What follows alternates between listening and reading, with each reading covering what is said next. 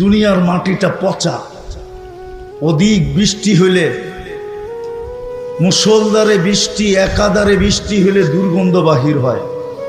জান্নাতের মাটিটা হবে জাফরানের আর মুশকের। যত বৃষ্টি হবে তত ঘ্রাণ বাহির হবে।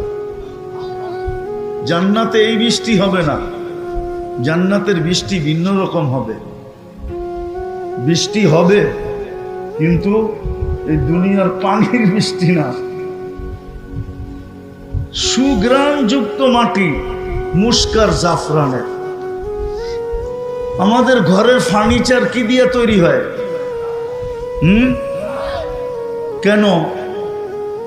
দুনিয়াতে সব গাছই কাঠের, ঠিক না?